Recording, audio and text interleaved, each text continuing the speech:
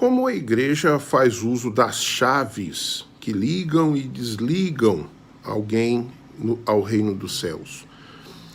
Esse é um princípio, ou é um ensino que a gente encontra no capítulo 16 do Evangelho escrito por Mateus. E naquela ocasião que Mateus registrou, né, que ele narrou ali o que aconteceu, o Senhor Jesus perguntou para os seus discípulos assim: quem as pessoas estão dizendo que eu sou? Então os discípulos disseram assim: uns dizem que o Senhor é João Batista, outros dizem que é Elias, outros dizem que é Jeremias ou um dos profetas. E Jesus pergunta: mas vocês, quem vocês dizem que eu sou? Então Pedro diz assim: tu és Cristo, o Filho do Deus vivo. E o Senhor Jesus diz então que bem-aventurado é Simão Barjonas, porque não foi carne e sangue que tu revelaram, mas o meu Pai que está nos céus. Também te digo que tu és Pedro, e sobre essa pedra edificarei a minha igreja, e as portas do inferno não prevalecerão contra ela. Aqui cabe uma observação: Pedro foi o primeiro Papa, ele é a pedra sobre que a igreja está edificada? Não, a pedra nunca foi Pedro. A pedra aqui é a confissão de Pedro. Jesus diz assim: tu és Pedro, e sobre esta pedra, a confissão de Pedro. Qual a confissão? De que Jesus é o Cristo, o Filho do Deus vivo. Outros textos nas Escrituras vão identificar Jesus como a pedra angular, pedra fundamental, ou a pedra que foi rejeitada pelos construtores. Essa veio a ser a principal pedra, a pedra angular, né?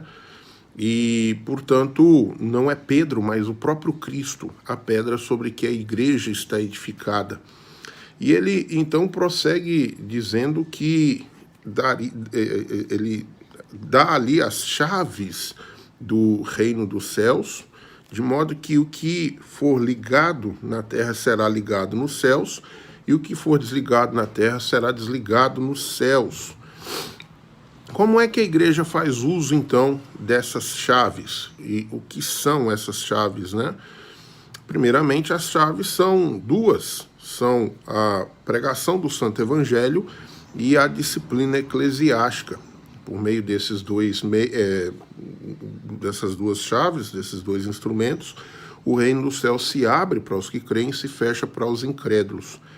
A pregação do Evangelho em si consiste nas duas chaves, porque, de acordo com o mandamento de Cristo, o reino do céu se abre quando o Evangelho é proclamado a todo crente, né, a todo mundo, individual ou coletivamente, e quando o eleito ouve o Evangelho, se arrepende e crê, o reino é aberto a ele por meio da pregação, por causa dos méritos de Cristo.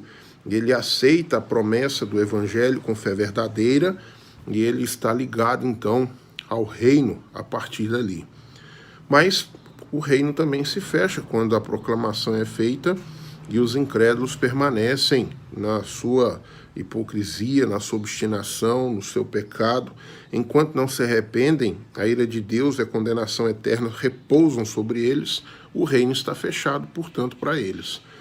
Mas a disciplina eclesiástica é uma outra chave, porque, de acordo com o mandamento de Cristo, aqueles que se chamam cristãos, mas que se mostram não cristãos na doutrina ou na vida, devem ser, em primeiro lugar e de modo fraternal, admoestado. Mais de uma vez até.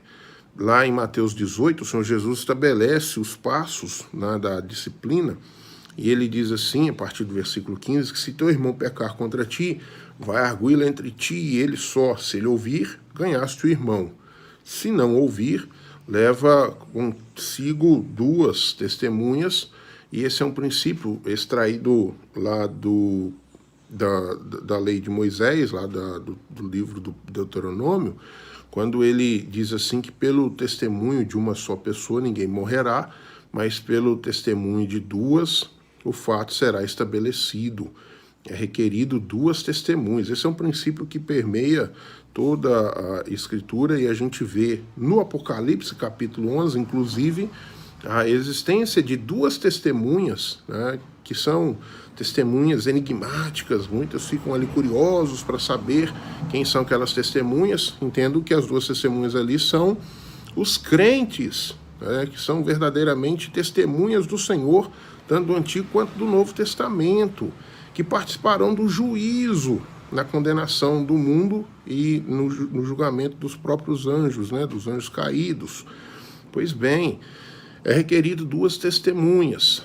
Essas 2 testemunhas estão presentes também no passo da disciplina, porque se o pecador não se arrepender, ele será excomungado. É uma coisa seríssima, gravíssima, talvez mais que a própria pena de morte.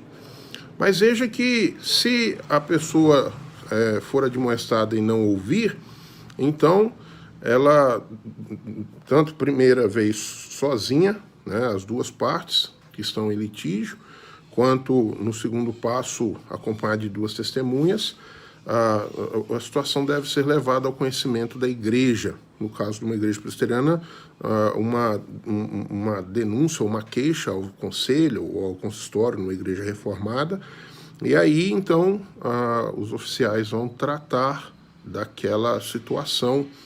E se também o faltoso não der ouvidos à admoestação dos oficiais, então o que cabe é um último e derradeiro passo, que é Jesus diz ali, considera gentil e publicano, é o desarrolamento, é a pessoa ser cortada da comunhão, da igreja, ela ser excomungada.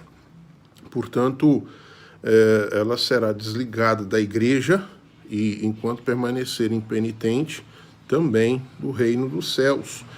E pode até ser que essa pessoa seja recebida novamente à comunhão posteriormente, mas somente se prometer e demonstrar arrependimento real. Enquanto permanecer obstinado no seu pecado, não. Portanto, essas são as 2 chaves que o Senhor confiou à igreja: a pregação do Santo Evangelho e a aplicação da disciplina eclesiástica. São 2 das 3 marcas da igreja verdadeira que devem ser consideradas seriamente.